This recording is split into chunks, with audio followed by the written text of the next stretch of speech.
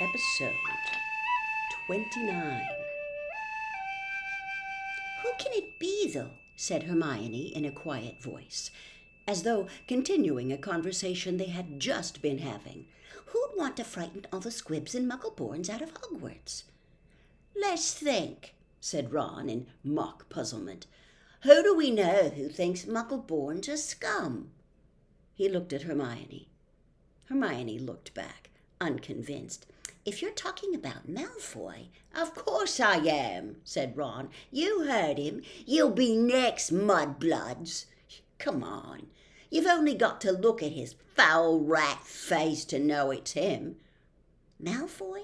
The heir of Slytherin?" said Hermione skeptically. "Look at his family," said Harry, closing his books too. "The whole lot of them have been in Slytherin. He's always boasting about it. They could easily be Slytherin's descendants. His father's definitely evil enough." "They could have had the key to the Chamber of Secrets for centuries," said Ron, handing it down, father to son. "Well," said Hermione cautiously, "I suppose it's possible." "But how do we prove it?" said Harry darkly. "There might be a way," said Hermione slowly, dropping her voice still further with a quick glance across the room at Percy. "Of course it would be difficult and dangerous, very dangerous. We'd be breaking about 50 school rules, I expect." "In a month or so, if you feel like explaining, you will let us know, won't you?" said Ron irritably. "All right," said Hermione coldly. "What we need to do is to get inside the Slytherin common room and ask Malfoy a few questions without him realizing it's us." "But that's impossible," Harry said as Ron laughed. "No, it's not," said Hermione. "All we'd need would be some Polyjuice potion." What's that?" said Ron and Harry together. "Snape mentioned it in class a few weeks ago."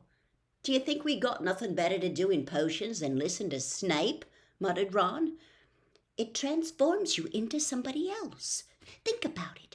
We could change into 3 of the Slytherins. Nobody would know it was us. Malfoy would probably tell us anything. He's probably boasting about it in the Slytherin common room right now, if only we could hear him." "This Polyjuice stuff sounds a bit dodgy to me," said Ron, frowning. "What if we were stuck looking like 3 of the Slytherins forever?" "It wears off after a while," said Hermione, waving her hand impatiently. "But getting hold of the recipe will be very difficult. Snape said it was in a book called Most Potent Potions, and it's bound to be in the restricted section of the library." There was only one way to get a book from the restricted section. You needed a signed note of permission from a teacher. "Hard to see why we'd want the book, really," said Ron, "if we weren't going to try and make one of the potions."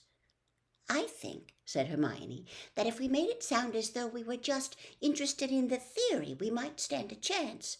"Oh, come on. No teacher's going to fall for that," said Ron. "They'd have to be really thick." Chapter 10. The Rogue Bludger. Since the disastrous episode of the Pixies, Professor Lockhart had not brought live creatures to class. Instead, he read passages from his books to them and sometimes reenacted some of the more dramatic bits. He usually picked Harry to help him with these reconstructions. So far, Harry had been forced to play a simple Transylvanian villager whom Lockhart had cured of a babbling curse, a yeti with a head cold, and a vampire who had been unable to eat anything except lettuce since Lockhart had dealt with him. Harry was hauled to the front of the class during their very next Defense Against the Dark Arts lesson, this time acting a werewolf. If he hadn't had a very good reason for keeping Lockhart in a good mood, he would have refused to do it. "Nice loud howl, Harry." "Oh, exactly. And then, if you'll believe it, I pounced like this, slammed him to the floor. Thus, with one hand, I managed to hold him down. With my other, I put my wand to his throat. I then screwed up my remaining strength and performed the immensely complex Homorphous charm. He let out a piteous moan. Go on, Harry. Higher than that. Good. The fur vanished, the fangs shrank, and he turned back into a man. Simple, yet effective. And another village will remember me forever as the hero who delivered them from the monthly terror of werewolf attacks. The bell rang, and Lockhart got to his feet. Homework! Compose a poem about my defeat of the Wagga Wagga werewolf. Signed copies of Magical Me to the author of the best one. The class began to leave. Harry returned to the back of the room where Ron and Hermione were waiting. Ready? Harry muttered. Wait till everyone's gone, said Hermione nervously. All right. She approached Lockhart's desk, a piece of paper clutched tightly in her hand, Harry and Ron right behind her. Professor Lockhart, Hermione stammered, I wanted to get this book out of the library, just for background reading. She held out the piece of paper, her hand shaking slightly. But the thing is, it's in the restricted section of the library, so I need a teacher to sign for it. I'm sure it would help me understand what you say in Gadding with Ghouls about slow-acting venoms. Ah, gadding with ghouls, said Lockhart, taking the note from Hermione and smiling widely at her. Possibly my very favourite book. You enjoyed it? Oh, yes, said Hermione eagerly. So clever the way you trapped that last one with a tea strainer. Well, I'm sure no one will mind me giving the best student of the year a little extra help, said Lockhart warmly, and he pulled out an enormous peacock quill. Yes, nice, isn't it? He said, misreading the revolted look on Ron's face. I usually save it for book signings. He scrawled an enormous loopy signature on the note and handed it back to Hermione. So, Harry, said Lockhart, while Hermione folded the note with fumbling fingers and slipped it into her bag. Tomorrow's the first Quidditch match of the season, I believe. Gryffindor against Slytherin, is it not? I hear you're a useful player.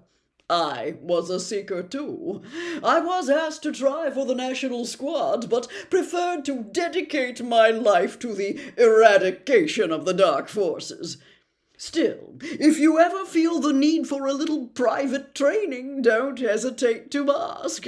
Always happy to pass on my expertise to less able players. Harry made an indistinct noise in his throat, and then hurried off after Ron and Hermione. I don't believe it, he said, as the three of them examined the signature on the note. He didn't even look at the book we wanted. That's because he's a brainless git, said Ron. But who cares? We've got what we needed. He's not a brainless git, said Hermione shrilly as they half ran toward the library. Just because he said you were the best student of the year. They dropped their voices as they entered the muffled stillness of the library. Madame Pince, the librarian, was a thin, irritable woman who looked like an underfed vulture. Most potent potions, she repeated suspiciously, trying to take the note from Hermione, but Hermione wouldn't let go. I was wondering if I could keep it, she said breathlessly. Oh, come on, said Ron, wrenching it from her grasp and thrusting it at Madame Pince. We'll get you another autograph. Lockhart'll sign anything if it stands still long enough. Madame Pince held the note up to the light as though determined to detect a forgery, but it passed the test. She stalked away between the lofty shelves and returned several minutes later carrying a large and mouldy-looking book. Hermione put it carefully into her bag, and they left, trying not to walk too quickly or look too guilty. 5 minutes later, they were barricaded in Moaning Myrtle's out-of-order bathroom once again. Hermione had overridden Ron's objections by pointing out it was the last place anyone in their right minds would go, so they were guaranteed some privacy.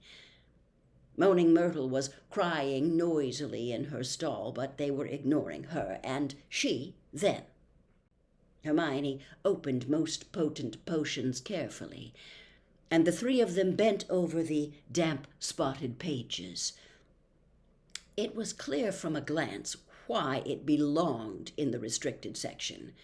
Some of the potions had effects almost too gruesome to think about, and there were some very unpleasant illustrations, which included a man who seemed to have been turned inside out, and a witch sprouting several extra pairs of arms out of her head.